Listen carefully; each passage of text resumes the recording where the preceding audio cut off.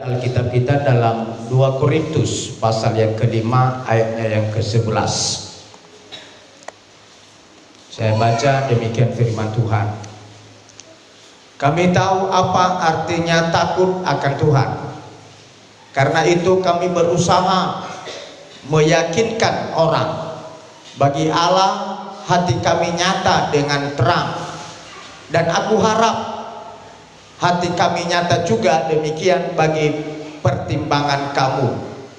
Balik ke daimane no apoto pada dema hadiah ia kiluaha wa nga'ata ufi lo walangi da ebere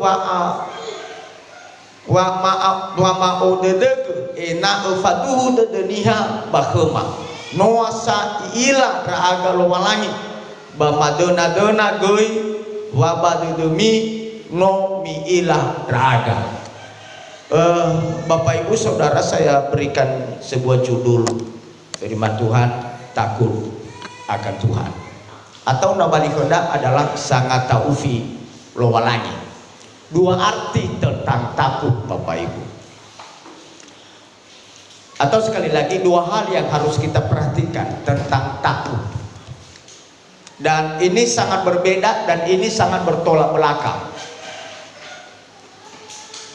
Yang pertama, takut akan Tuhan berarti melakukan kehendaknya, mengasihi Dia dan menuruti perintahnya. Yang kedua, takut dosa. Kalau takut dosa berarti menjauhi, tidak melakukan kehendak atau keinginan dosa, atau benci dosa. Ini perbedaan Bapak Saudara. Makanya banyak orang berkata begini, aku takut dosa. Karena aku takut dosa, maka aku melakukan dosa. Itu salah mengartikan. Karena berbeda dengan kita takut akan Tuhan. Takut akan Tuhan berarti bukan menjauhi Tuhan. Takut akan Tuhan berarti bukan tidak melakukan kehendak Tuhan. Takut akan Tuhan berarti melakukan dan semakin dekat dengan Tuhan. Tapi kalau disebut dengan takut dosa berarti menjauh dari situ. Artinya dua hal yang sangat berbeda Bapak Ibu. Yang pertama, takut Tuhan berarti dekat dengan Tuhan, melakukan kehendak Tuhan. Yang kedua, kalau takut dosa berarti menjauhi dosa, berarti tidak melakukan keinginan-keinginannya, berarti benci dan kita haramkan dalam hidup kita. Itu yang disebut dengan dosa. Nah Bapak Ibu Saudara, saya bahas yang pertama adalah takut akan Tuhan, atau bisa disebut Bapak Ibu Saudara adalah sangat taufi lowalangi.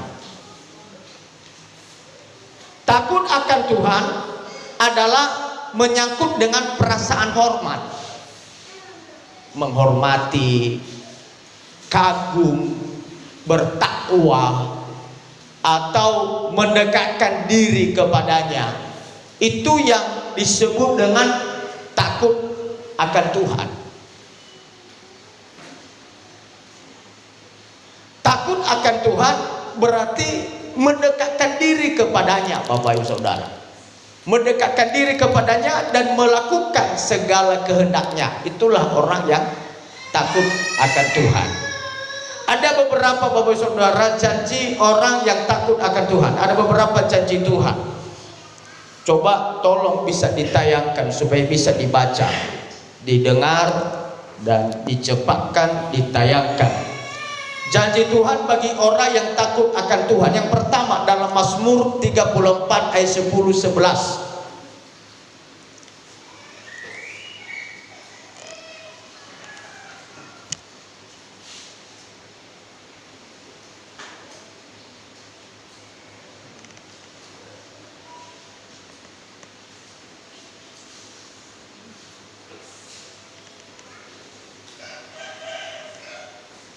Itu operator. Kalau operator itu harus liga. Ayat 10, 34, ayat 10 dan 11. Bagaimana janji Tuhan bagi orang percaya?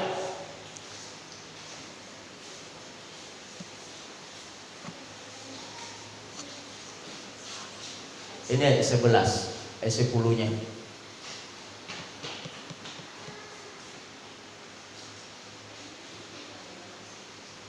Ayat 10 dikatakan di sini, singa-singa muda merana kelaparan, tetapi orang-orang yang mencari Tuhan tidak kekurangan suatu pun yang baik. Ayat 11, marilah anak-anak, dengarkanlah aku, takut akan Tuhan akan kuajarkan kepadamu. Yang ini sebuah janji Tuhan Bapak Saudara bagi orang-orang percaya. Janji Tuhan ini dikatakan di sini Bapak Saudara bahwa singa-singa muda kelaparan, tetapi orang yang takut akan Tuhan tidak kekurangan. Berarti janji Tuhan yang pertama bagi orang yang takut akan Tuhan adalah orang tidak akan pernah kekurangan. Di saat kita butuh, di situ Tuhan ada, Bapak Ibu. Di saat kita membutuhkan Tuhan, maka disitulah mujizatnya ada. Maka menghadapi segala sesuatu jangan pernah takut dengan apapun. Berkat kita sudah Tuhan tentukan, dan di mana kita butuh maka di situ Tuhan pasti ada. Itu yang pertama. Yang kedua, dalam Mazmur 112 ayat yang kedua disebut di situ bahwa orang yang takut akan Tuhan adalah berbahagia. Mazmur 112 ayat 2. Saya baca, anak cucunya akan perkasa di bumi, angkatan orang benar akan diberkati. Kemudian saudara, bahwa orang yang disebut bahwa saudara adalah orang yang takut akan Tuhan adalah hidupnya pasti akan diberkati. Amin. Lalu dalam Mazmur, kita lihat dalam Mazmur pasal 125. Coba Bapak Saudara, Mazmur 125 ayat 12, mulai di situ, bahkan coba ayat terakhir saja 23.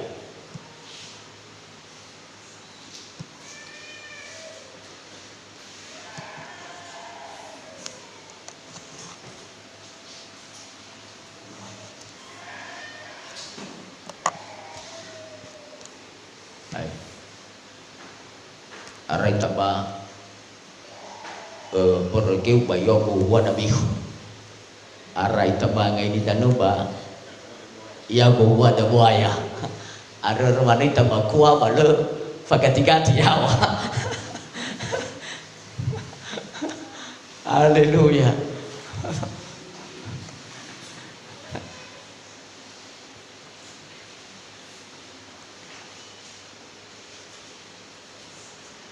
Baik, next. Saya baca 103 ayat 13. Dikatakan di sini, seperti Bapa sayang kepada anak-anaknya, demikian Tuhan sayang kepada orang-orang yang takut akan Dia. Artinya Bapak Saudara, kalau kita gambarkan hati Tuhan dengan hati kita, sebenarnya sama. Seperti Bapa sayang kepada anak-anaknya, demikianlah Tuhan itu sayang kepada orang-orang yang takut akan Dia. Bagaimana hati Bapak Ibu kalau anak yang kamu sayangi dipukul orang? Ya, bagaimana hati kita? Bagaimana hati kita Bapak Saudara kalau anak yang kita sayangi ditempeli orang? Gimana hati kita? Wih, ini bisa salih. Hana lupa dunia, ya kan? Bagaimana hati kita kalau anak yang kita sayangi dimaki-maki orang? Bela atau tidak? Pasti bela. Bagaimana anak kita kalau anak kita dibully orang? Bela atau tidak? Pasti kita bela. Bagaimana anak kita, Bapak Saudara, kalau dibenci orang? Bagaimana perasaan kita? Dan sama seperti itu hati Tuhan. Kalau kita dibully orang, kalau kita difitnah orang, kalau kita dipukul orang, kalau kita dimaki-maki orang, maka hati Tuhan seperti itulah dalam hati kita. Makanya dikatakan bahwa Tuhan sayang kepada orang-orang yang takut akan Dia. Sama seperti Bapa sayang kepada kepada anak-anaknya, demikianlah Tuhan sayang kepada orang-orang yang takut akan Dia. Gimana hati kita kalau hati kita kalau anak kita berhasil? Bagaimana hati kita, Bapak Saudara? Bagaimanalah suasana hati kita kalau anak kita membanggakan orang lain, membanggakan hati kita, membanggakan Tuhan? Bagaimana hati kita? Senang nggak? Pasti senang. Orang Sibolga yang masuk di Istana Negara di Jakarta paskibraka, pulang saja di Sibolga disambut dengan diulosi. Saya lihat di Facebook, Borsian Turi soalnya, diulosi, disambut dengan baik, karena itu prestasi yang membanggakan. Bukan hanya membanggakan orang tua, dan bukan hanya membanggakan Sibolga, tetapi membanggakan Sumatera Utara. Disambut dengan baik. Nah, sama seperti itu Bapak Saudara, hati kita, hati Tuhan, kalau kita memberikan yang terbaik bagi Tuhan, punya prestasi buat pelayanan pekerjaan Tuhan, punya Bapak Saudara, punya perjuangan dalam pelayanan pekerjaan Tuhan, pasti malaikat Tuhan akan menyambut kita.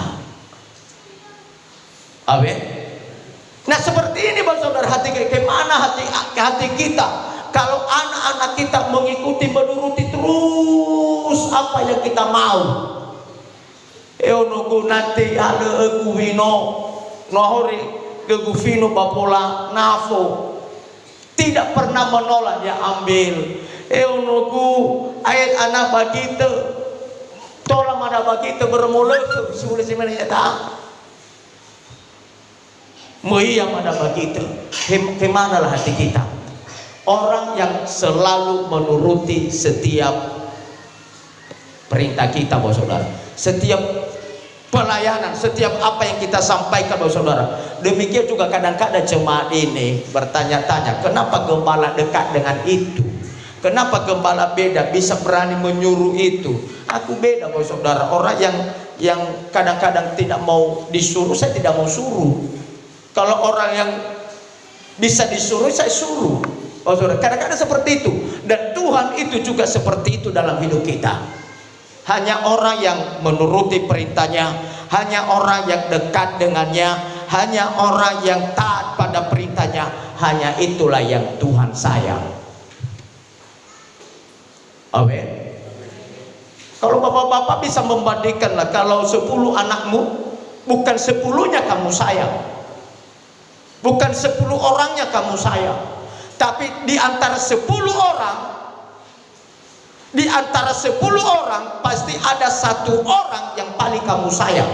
Sama seperti anak Yakub 12 anak laki-laki, 1 perempuan. Tapi di antara 12 anak laki-laki ada salah satu yang paling dia sayangi adalah Yusuf. Yusuf bukan anak bungsu. Kalau kita kan yang kita sayangi anak bungsu. Yusuf bukan anak bungsu, abang dari si bungsu itu adalah Yusuf. Tapi kita memperhatikan bahwa Yakub lebih sayang di antara ke-11 orang itu. Padahal ada Benyamin yang paling bungsu, tapi Yakub tidak mengasihi Benyamin, hanya sangat mengasihi Yusuf. Dan sehingga abang-abangnya, kakak-kakaknya dendam, benci, sehingga berikhtiar membunuh, sampai dibuang ke sumur, dijual ke tanah Mesir. Dan rupanya ketika sengsara penderitaan itu, rupanya itu adalah proses bagi untuk menjadi orang yang berhasil. Kalau kita dibenci, kalau kita dibully, kalau kita apa, itu tandanya bahwa Anda makin berhasil dalam setiap karir yang Anda punya. Nah, Bapak Saudara, ini daripada firman Allah bahwa Tuhan sayang kepada kita, Bapak Saudara, ketika orang-orang percaya takut akan Tuhan. Yang terakhir, Bapak Saudara, tentang takut Tuhan. Kita kembali dalam Mazmur 34 ayat 7. Dikatakan di sini, malaikat Tuhan berkemah di sekeliling orang-orang yang takut akan Dia, lalu melumpuhkannya. Banyak Bapak Ibu Saudara di sekitar kita banyak sakit penyakit, di sekitar kita banyak mara bahaya, di sekitar kita banyak problem, tapi kenapa kita dilindungi Tuhan? Orang lain bisa demam, orang lain bisa sakit, orang lain bisa menderita, tetapi orang lain bisa susah. Kenapa kita tidak susah? Karena jaminan firman Allah, orang yang takut akan Tuhan, malaikat Tuhan mengelilingi, berkemah. Sulit cimana nambah gurife tahun 80-an sampai ke 90-an, mamalia rubang saudara tengah bau geli hula si soba ke bandara geli. Orang yang mau mencuri babi di dalam itu harus melewati geli itu, harus melewati kemah itu. Dan firman Allah berkata, orang yang takut akan Tuhan adalah di sekelilingnya malaikat Tuhan berkemah. Amin. Itu yang orang yang takut akan Tuhan. Yang kedua, saudara, orang takut dosa.